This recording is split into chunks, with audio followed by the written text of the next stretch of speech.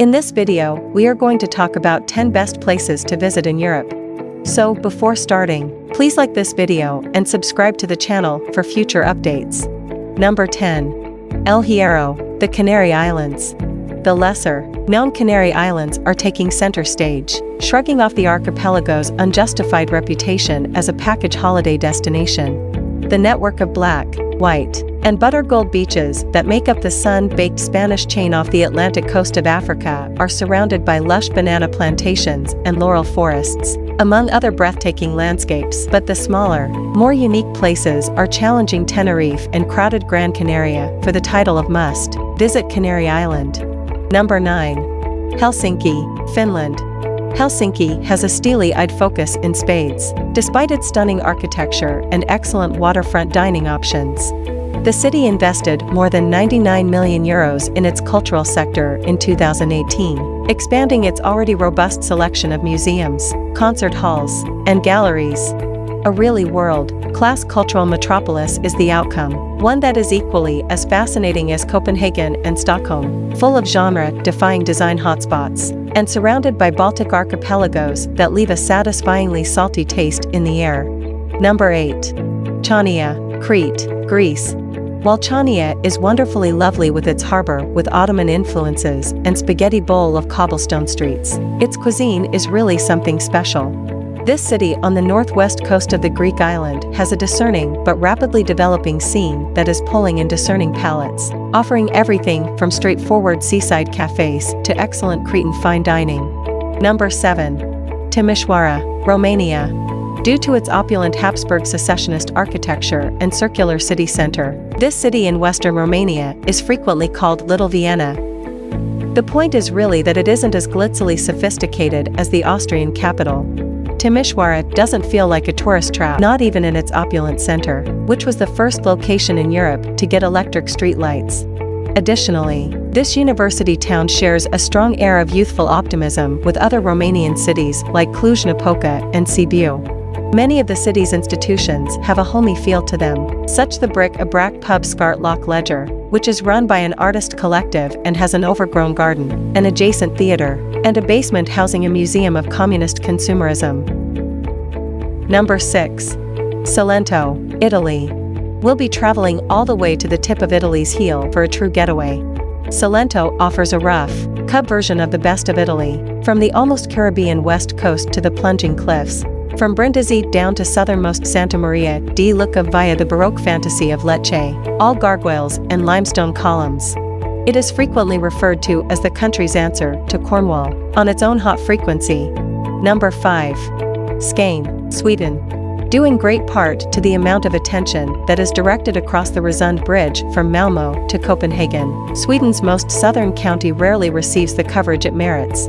But Skane is definitely worth seeing, from the city's eclectic charm to the lakes, vineyards, and clapboard coastal towns that are reminiscent of Nantucket in the luscious countryside that is frequently referred to as Sweden's pantry.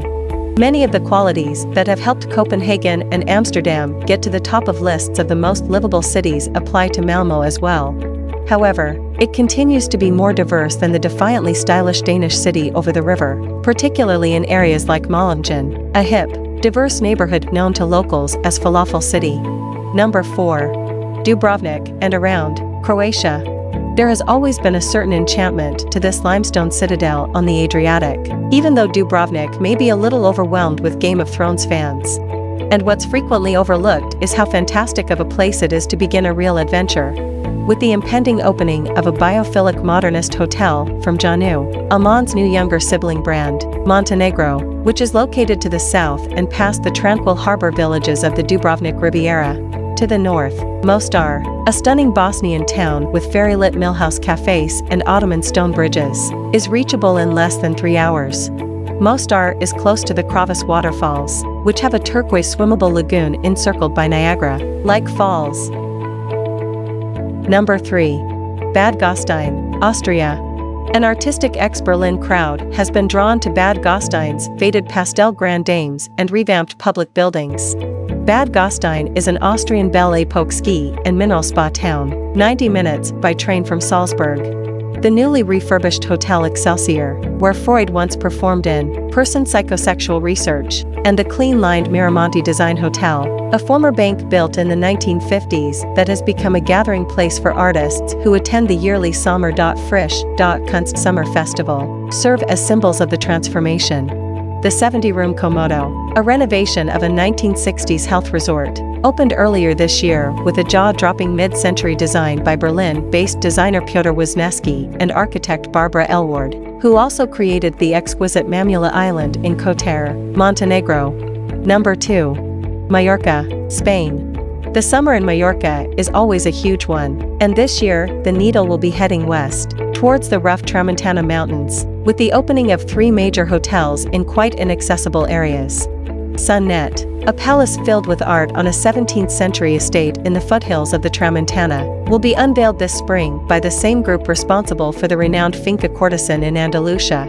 A follow-up to Finca Serena, another delightful addition to the Mallorcan interior, the 24-room lodge by Unico, located nearby, also opens soon.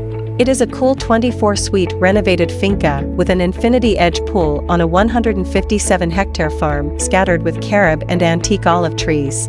On Richard Branson's 1,000-acre Sun Bagnola estate, the 26-room Sun Bagnola Hotel will debut in June in a refurbished 16th century manor. Number 1. San Sebastian, Spain. San Sebastian is fantastic year-round, but there used to be a nagging suspicion that the hotel scene fell short of the standards set by the Pinxo bars and Michelin-starred establishments like Arzac and Mugaritz.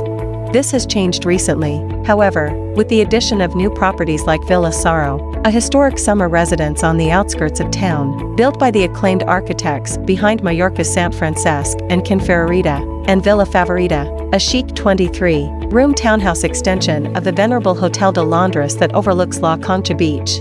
A developing mood is also present away from the Part Viejas stone streets and the seashore. From the Mon Grill Bar in the San Martin Produce Market to Naru, where Chef Igo P offers radically simplified Basque Cocina de Producto in the urban, minimalist Arbeso Hotel, a hip new locavore culture is developing in the formerly ignored Centro neighborhood. What do you think about our video? Please let us know in the comments area below. If you enjoyed this video and would like to hear from us again, please subscribe and turn on the notification before leaving. Thank you for watching us.